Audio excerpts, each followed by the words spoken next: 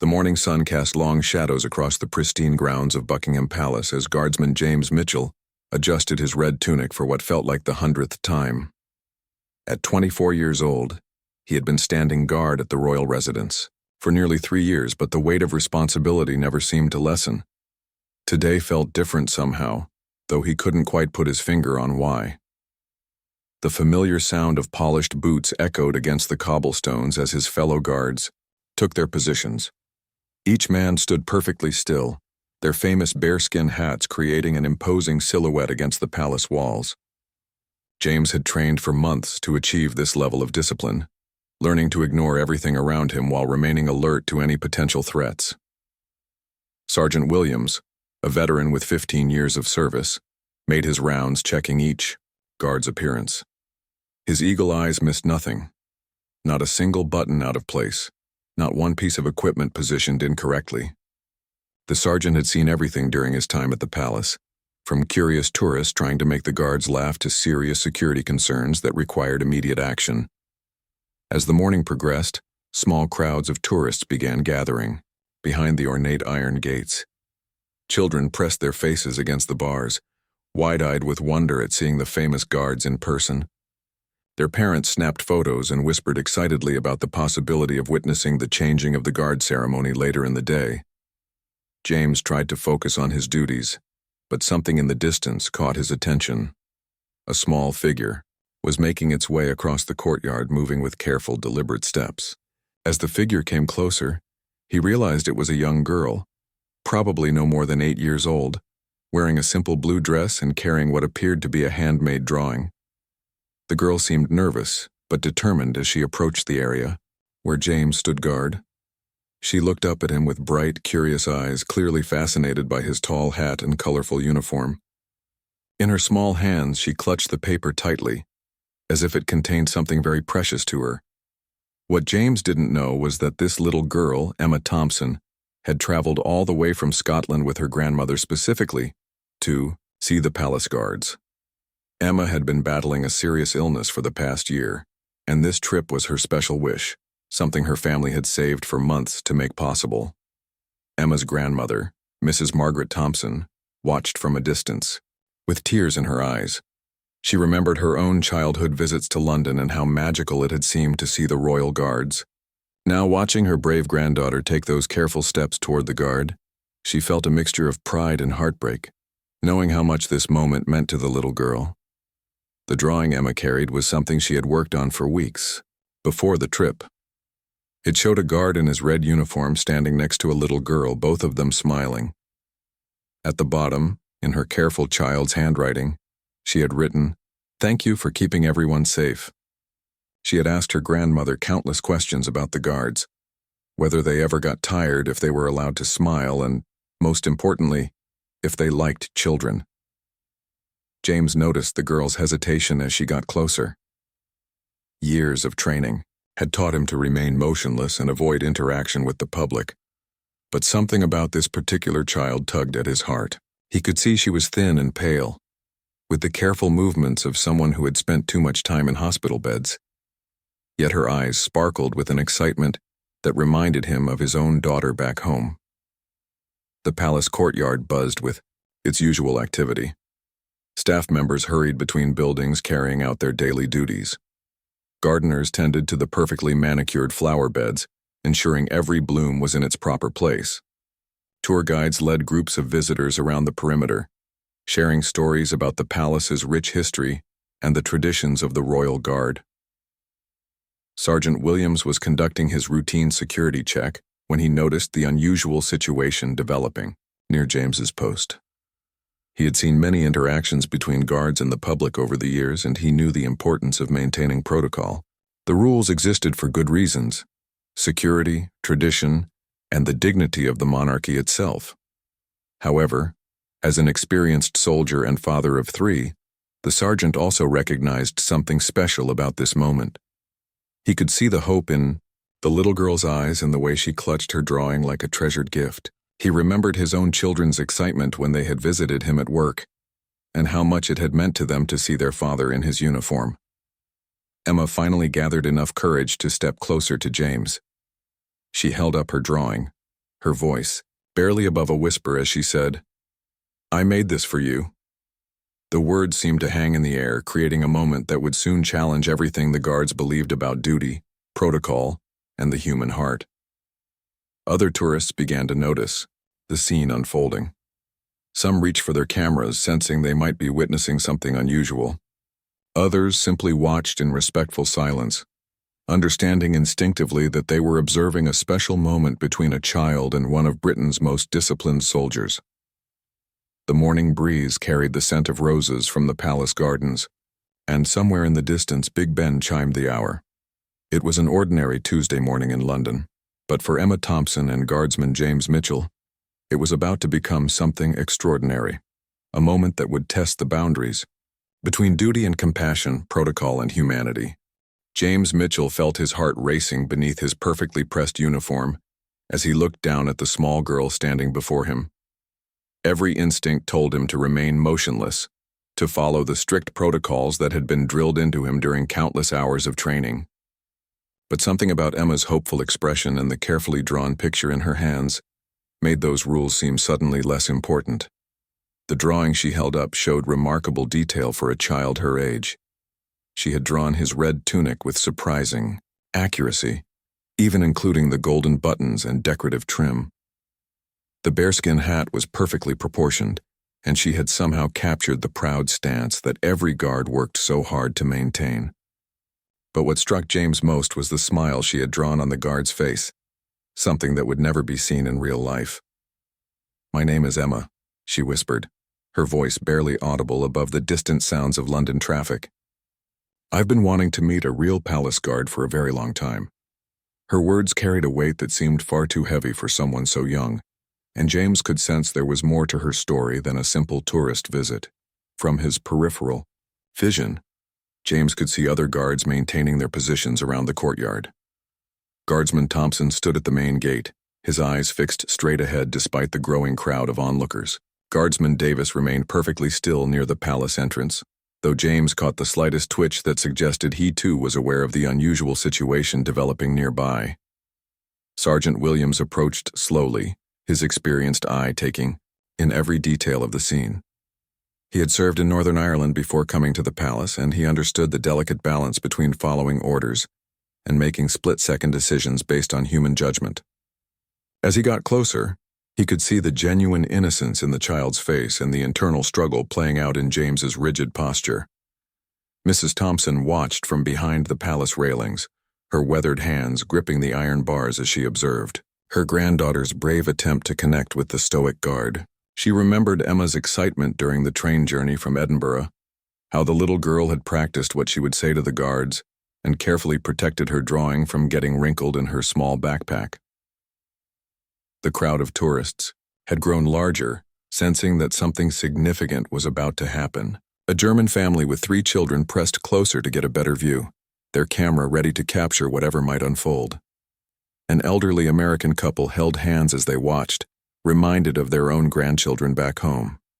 Even the usually business-focused London commuters walking past the palace began to slow their pace, drawn by the unusual tableau. Emma took another small step closer to James, her blue dress rustling softly in the morning breeze. "I drew this picture of you because you keep everyone safe," she said, her voice growing slightly stronger with each word. "My mummy said that guards like you are very brave and that you protect the Queen and all of us too." James felt a lump forming in his throat as he processed her words. He thought about his own 6-year-old daughter, Sarah, who looked at him with similar admiration when he returned home from his shifts. Sarah always asked him about his work, wanting to know if he had seen the Queen that day or if anything exciting had happened at the palace. The internal conflict was becoming overwhelming. James had sworn an oath when he joined the Queen's Guard, promising to uphold the dignity and traditions of the regiment. He had memorized every rule about public interaction, understanding that even the smallest breach of protocol could result in serious consequences for his career. Yet here was this brave little girl, offering him a gift with such pure intention that ignoring her seemed almost cruel. Sergeant Williams made a decision that would change the course of the morning. Instead of immediately intervening to enforce protocol, He positioned himself where he could observe both the situation and any approaching palace officials. His years of experience told him that some moments transcended regulations, and his instincts as a father recognized the significance of what was happening. Emma noticed that more people were watching her now, but instead of becoming shy, she seemed to draw strength from their attention. "Would you like to have my picture?" she asked James directly. "I worked really hard on it, and I think it looks just like you, except I made you smiling because I thought you might be happy inside even if you can't show it." Her words hit James like a physical blow. This child had somehow understood something that many adults never grasped, that beneath the stern exterior and rigid discipline, the guards were human beings with feelings and families of their own. She had seen past the uniform to the person underneath, and her simple gift represented a connection that protocol could never adequately address. A palace staff member appeared at one of the side entrances, clipboard in hand, as he conducted his routine morning inspection. James caught sight of him and felt his stomach tighten, knowing that any deviation from standard behavior would likely be reported immediately. The weight of his responsibilities pressed down on him like a physical burden, but then Emma did something completely unexpected. She took one more step forward and placed her drawing gently on the ground in front of James's polished boots. "I'll leave it here for you," she said softly. "You don't have to take it now, but maybe later when you're not working you can look at it and remember that a little girl from Scotland thinks you're a hero." The simple gesture touched something deep in James's heart. This child wasn't demanding his attention or trying to make him break the rules. She was simply offering a gift of appreciation, understanding instinctively that he couldn't respond in the way a normal person might. Her maturity and consideration seemed remarkable for someone so young. As Emma began to turn away, seemingly content with having delivered her message, James made a choice that would ripple through the palace community for weeks to come. The rigid training and stern protocols suddenly seemed less important than acknowledging the pure kindness of a child who had traveled hundreds of miles just to say thank you. In a moment that seemed to freeze time itself, James Mitchell made a decision that would defy decades of military protocol. As Emma began to walk away from his post, her small shoulders drooping slightly with what might have been disappointment, James did something that no palace guard had done in living memory while on duty. He moved. The movement was subtle at first, just a slight shift in his rigid stance that caught Sergeant Williams' attention immediately. Then, with careful deliberation, James bent down and picked up the drawing that Emma had placed at his feet. The crowd of tourists gasped collectively, their cameras clicking frantically as they realized they were witnessing something truly extraordinary. Emma turned around at the sound of the commotion, her eyes widening in amazement as she saw the tall guard holding her artwork. For a moment, neither of them moved, as if both were processing the significance of what had just happened. James looked down at the drawing in his hands, studying the careful details and the hopeful message written at the bottom in purple crayon. "Thank you, Emma," James said quietly, his deep voice carrying clearly across the courtyard. "This is the most beautiful drawing I've ever received." The words seemed to unlock something magical in the morning air. Emma's face lit up with a joy so pure and radiant that even the most hardened palace staff members found themselves smiling. She clapped her hands together and bounced on her toes, her excitement barely containable, as she realized that her hero had not only acknowledged her gift but had actually spoken her name. Sergeant Williams felt his own chest tighten with emotion as he watched the scene unfold. In 15 years of service, he had never seen such a spontaneous break from protocol, yet somehow it felt completely right. He made a quick assessment of the situation, noting the positive reaction from the crowd and the obvious sincerity of the interaction.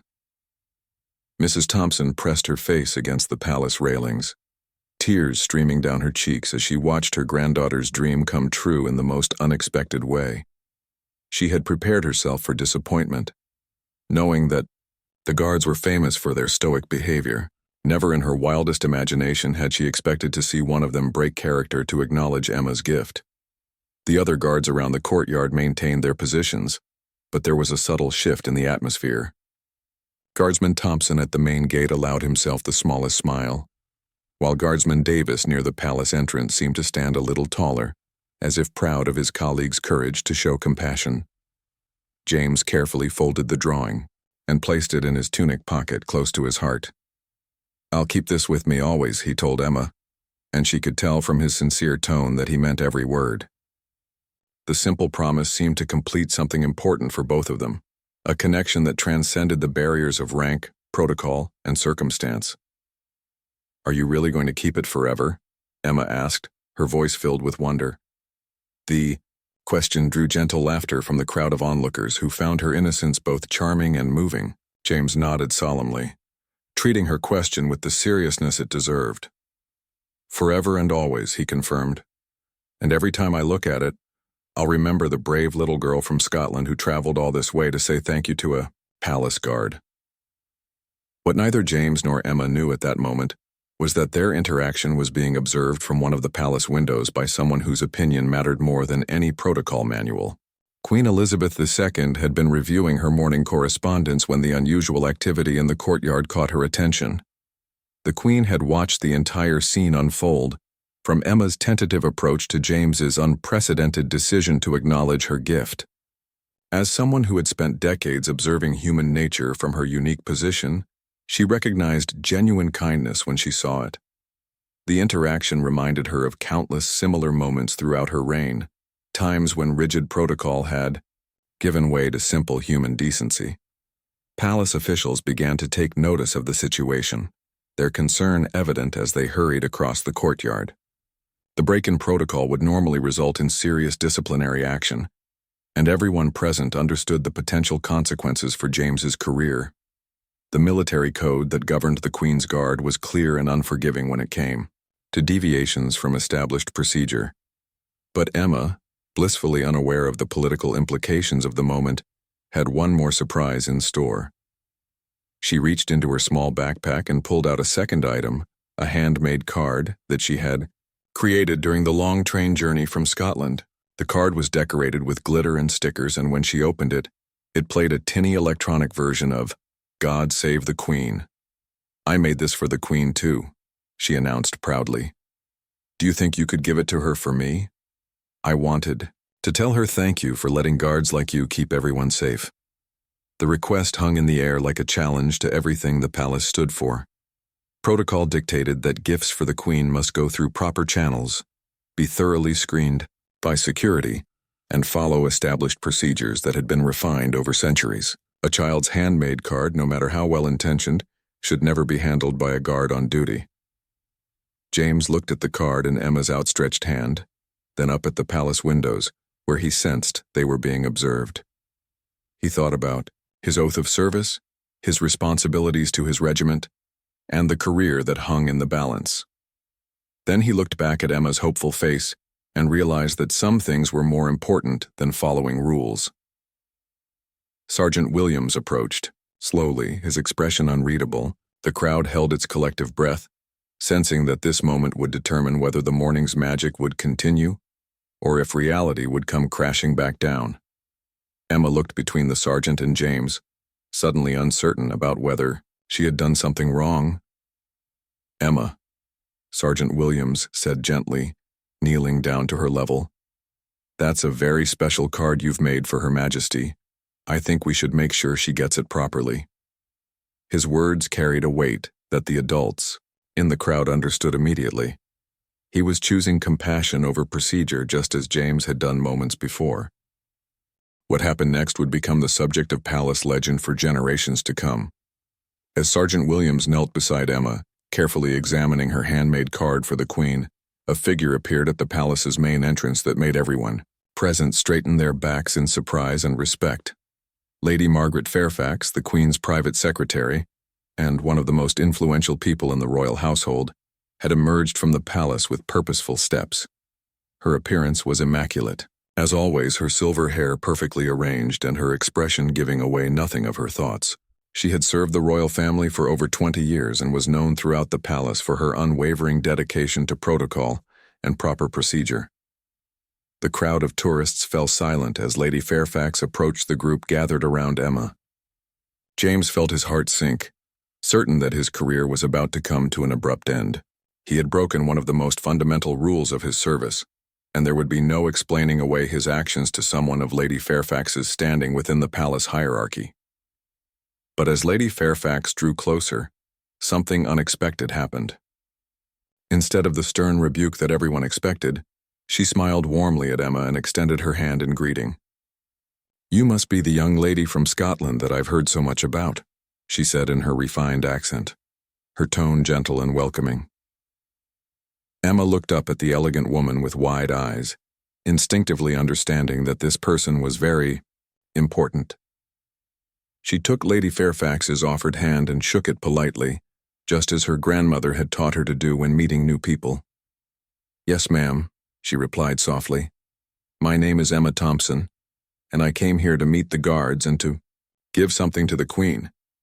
Lady Fairfax examined the glittery card that Emma held, noting the careful attention to detail and the love that had obviously gone into its creation. "This is quite beautiful, Emma. Her Majesty does so appreciate handmade gifts from children. They mean more to her than you might imagine." The revelation that the Queen actually valued such personal gestures came as a surprise to many of the onlookers. The royal family often seemed so distant and formal that it was easy to forget they were human beings who could be touched by simple acts of kindness from children. James and Sergeant Williams exchanged glances, both wondering where this unexpected turn of events might lead. Lady Fairfax was known for her ability to handle delicate situations with grace, but neither man had any idea what protocol existed for circumstances like these. "Guardsman Mitchell," Lady Fairfax said, turning her attention to James with the expression that revealed nothing of her intentions. "I understand you've received a very special gift this morning." James stood even straighter, if that was possible, and responded with military precision. "Yes, ma'am. Miss Emma created a drawing that she was kind enough to share with me." He carefully removed the folded artwork from his tunic pocket, holding it with obvious respect for the young artist's work. "May I see it?" Lady Fairfax asked, and James handed over the drawing with hands that trembled slightly, despite his best efforts to remain composed. She unfolded it carefully, studying Emma's depiction of the smiling guard with genuine appreciation. "This is remarkable work, Emma. You've captured the dignity of the Queen's Guard while also showing the humanity underneath the uniform." Emma beamed with pride at the praise, her earlier nervousness completely forgotten in the face of such genuine appreciation for her artwork. Mrs. Thompson, still watching from behind the palace railings, felt tears of joy streaming down her face as she witnessed her granddaughter being treated with such kindness and respect by these important people. "Emma," Lady Fairfax continued, "I have a very special question to ask you. Her Majesty was reviewing some papers in her study when she noticed the lovely interaction happening here in the courtyard. She was quite moved by your gesture, and would very much like to meet you personally, if you and your grandmother would be interested." The words seemed to echo in the suddenly silent courtyard. An invitation to meet the Queen was something that most people could only dream about, and here was this young girl from Scotland being offered such an extraordinary opportunity because of her simple act of kindness toward a palace guard. Emma's reaction was immediate and honest. "Really? The actual Queen wants to meet me?" Her voice rose with excitement, and she looked around as if expecting someone to tell her it was all a wonderful dream. "But I'm just a regular girl, and I'm wearing my everyday dress." Lady Fairfax laughed softly, charmed by Emma's genuine surprise and concern about her appearance. "My dear child, Her Majesty has met with world leaders wearing far less appropriate attire than your lovely blue dress. What matters to her is not what you're wearing, but the kindness you've shown and the joy you've brought to everyone here."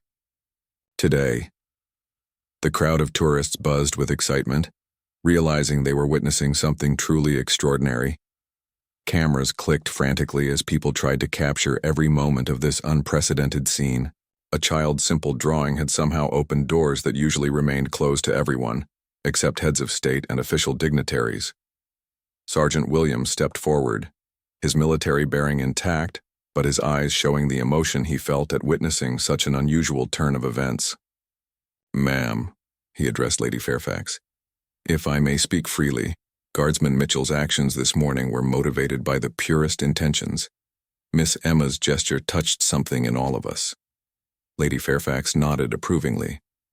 Sergeant, there are times when the letter of the law must give way to the spirit of human kindness. Today appears to be one of those rare and precious occasions. Her words carried an authority that instantly resolved any concerns about disciplinary action against James or his sergeant. Mrs. Thompson was escorted through the palace gates by a uniformed staff member, her legs shaking with a combination of excitement and disbelief.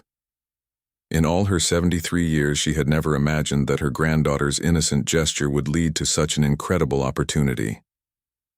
As the small group prepared to enter the palace, Emma turned back to James. One final time. Will you come with us? She asked hopefully. I'd like the Queen to meet the guard who was so nice to me.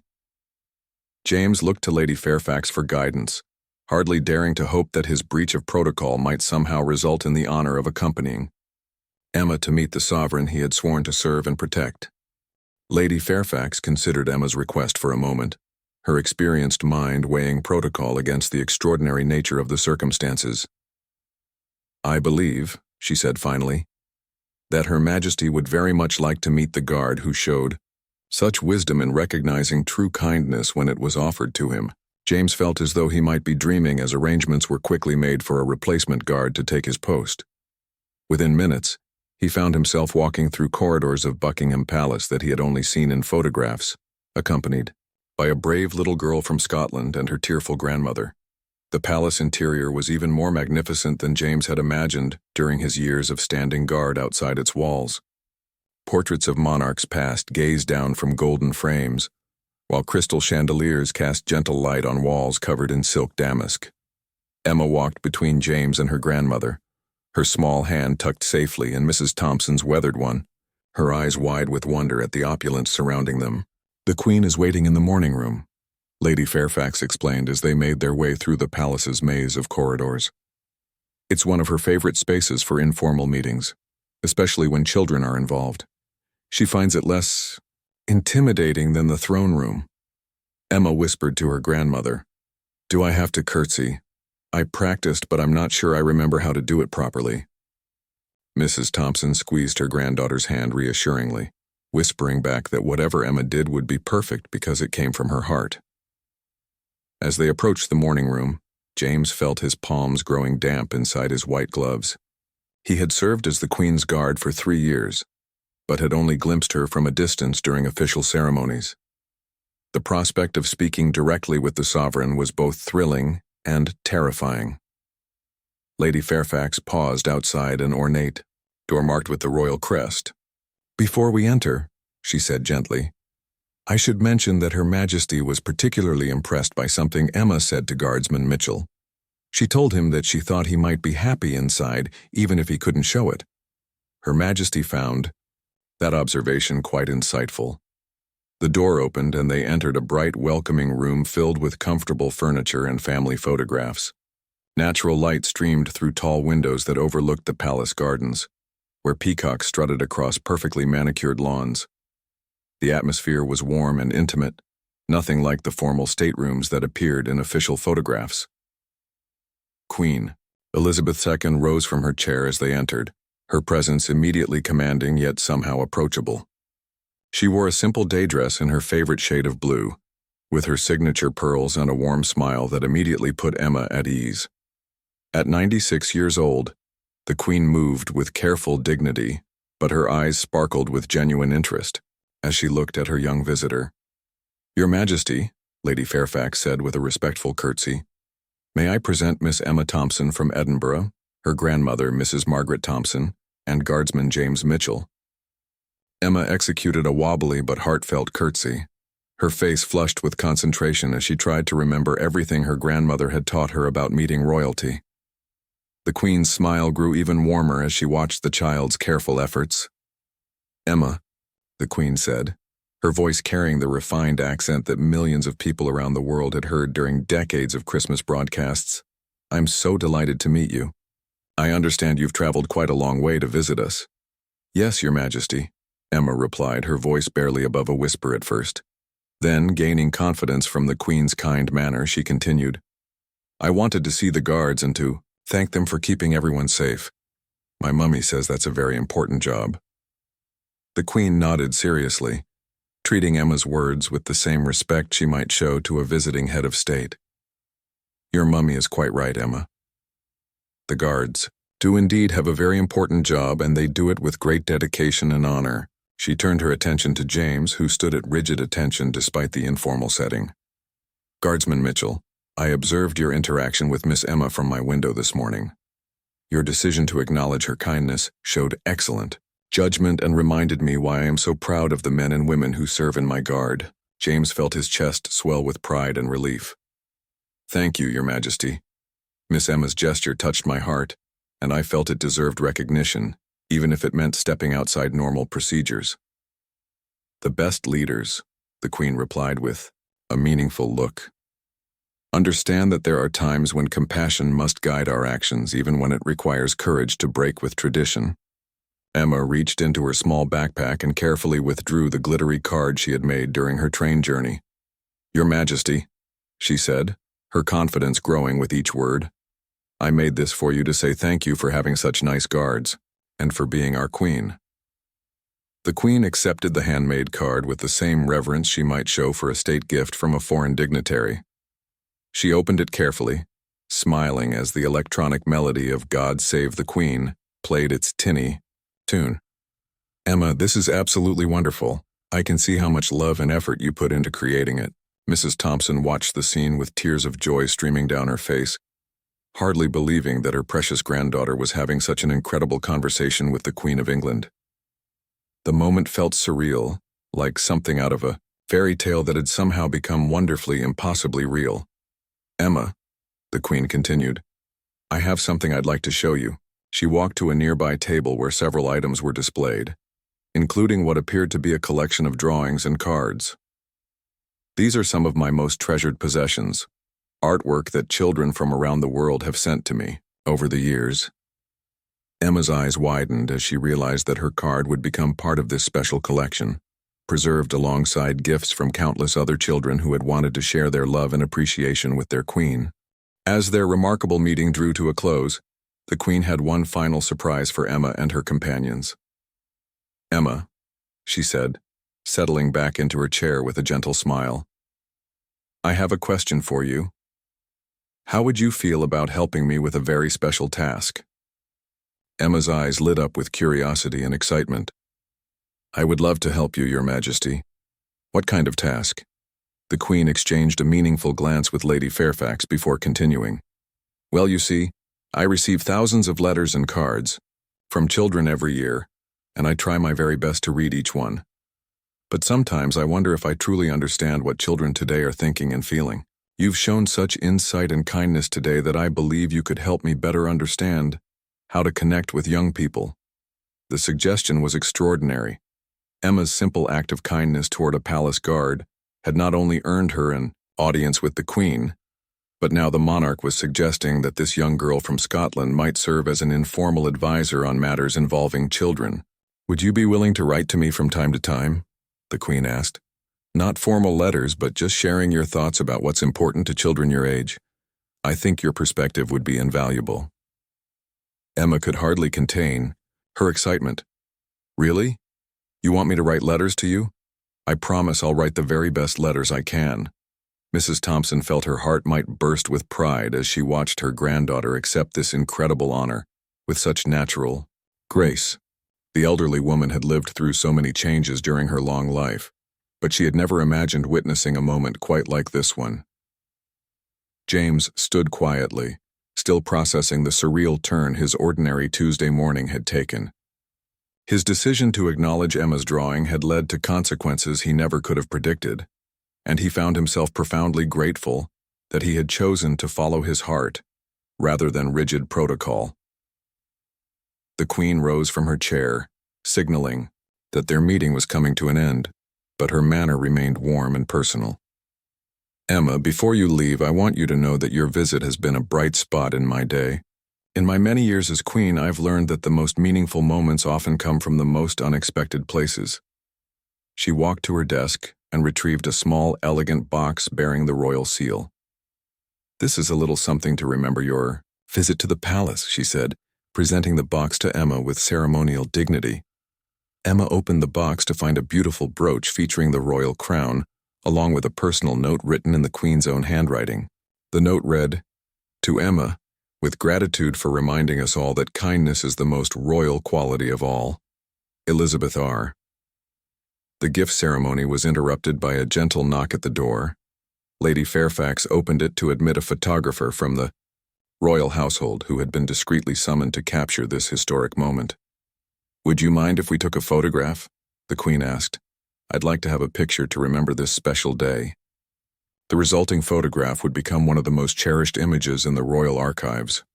The Queen standing beside a beaming 8-year-old girl from Scotland, with Guardsman James Mitchell in full uniform, and Mrs. Thompson wiping tears of joy from her eyes. As they prepared to leave the morning room, Emma turned back to the Queen one last time. "Your Majesty," she said, with the earnest sincerity that had started this whole extraordinary adventure, "thank you for being so kind to me. I'll never forget meeting you, and I promise to be extra good so I can be worthy of writing letters to the Queen." The Queen's response would be quoted in palace circles for years to come. "My dear Emma, you don't need to be worthy of anything. You already are exactly as you should be, kind, thoughtful, and brave. Those are the qualities that make someone truly royal, regardless of their birth." As they made their way back through the palace corridors, Emma chattered excitedly to James about everything they had experienced. "Did you see how the Queen smiled when she read my card? And she said she's going to keep it with all her special things. I can't wait to tell my mummy about meeting you and the Queen on the same day." James found himself smiling broadly, no longer concerned about maintaining his stoic guard demeanor. "Emma, you've given me a day I'll remember for the rest of my life. Your drawing will always remind me why I'm proud to serve as one of the Queen's guards." The news of the morning's events spread quickly throughout the palace staff. Word traveled, from the royal household to the kitchen staff, from the gardeners to the security personnel. Everyone wanted to hear about the little girl from Scotland, who had somehow managed to break through centuries of protocol with nothing more than a handmade drawing and a pure heart. By the time Emma and her grandmother returned to their hotel, that evening the story had begun to spread beyond the palace walls. Local news outlets picked up the heartwarming tale of the girl who had made the Queen's guards smile, and social media buzzed with photos and videos that tourists had captured of the unprecedented scene. Emma's teacher back in Edinburgh received a phone call that evening from Mrs. Thompson, describing the incredible day in London. The teacher immediately gathered the class to share the amazing news that their classmate had actually met the Queen of England. The children erupted in cheers and questions, hardly able to believe that someone they knew had experienced such a fairy tale adventure. James returned to his guard duties that afternoon with a new perspective on his role. The drawing remained safely tucked in his tunic pocket, and whenever tourists approached the palace gates, he found himself remembering Emma's words about guards being happy inside even when they couldn't show it. While he maintained his professional demeanor, there was a subtle warmth in his bearing that other guards began to notice and emulate. Sergeant Williams submitted his official report of the morning's events, emphasizing the positive outcome and the Queen's personal approval of the guards' actions. Instead of disciplinary measures, James received a commendation for exceptional judgment in balancing protocol with human compassion. 3 weeks later, Emma kept her promise and wrote her first letter to the Queen.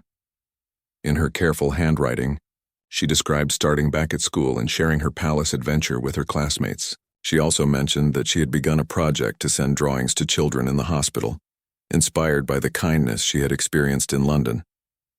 The Queen's response arrived 2 weeks later, written on official royal stationery. She praised Emma's hospital project and shared that she too had been thinking about their conversation regarding the importance of kindness in leadership.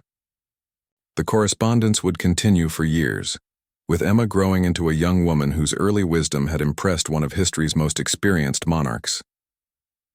The story of Emma Thompson and Guardsman James Mitchell became part of palace folklore, told and retold whenever new guards joined the regiment. It served as a reminder that beneath the ceremony and tradition, the royal household was ultimately about serving people. And sometimes, serving people meant recognizing that the most profound moments could come from the simplest gestures of human connection.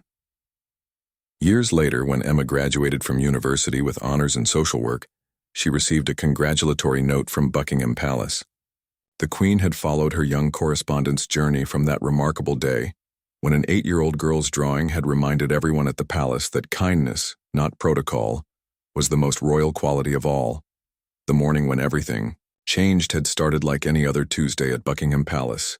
But thanks to one brave little girl, one compassionate guard, and one wise queen who understood that the best traditions are those that make room for the human heart, it became a day that would be remembered and celebrated for generations to come.